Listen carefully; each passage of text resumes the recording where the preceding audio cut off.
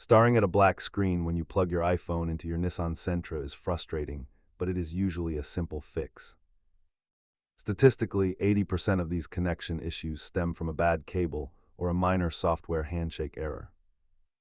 Let us walk through the diagnostic steps to get your display back to normal. Start by swapping your cable for a genuine Apple cord and clearing any lint from your phone's charging port.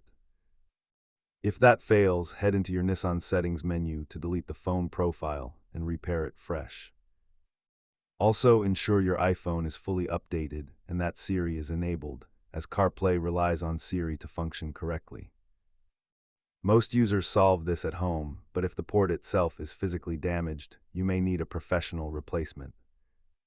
This chart shows that cable issues remain the primary culprit, far outpacing actual hardware failure in the dash. As a last resort for the system, disconnecting the negative battery terminal for 10 minutes can perform a hard reset. Keep a high-quality cable and a basic wrench in your kit, and you will be ready for most connectivity hiccups.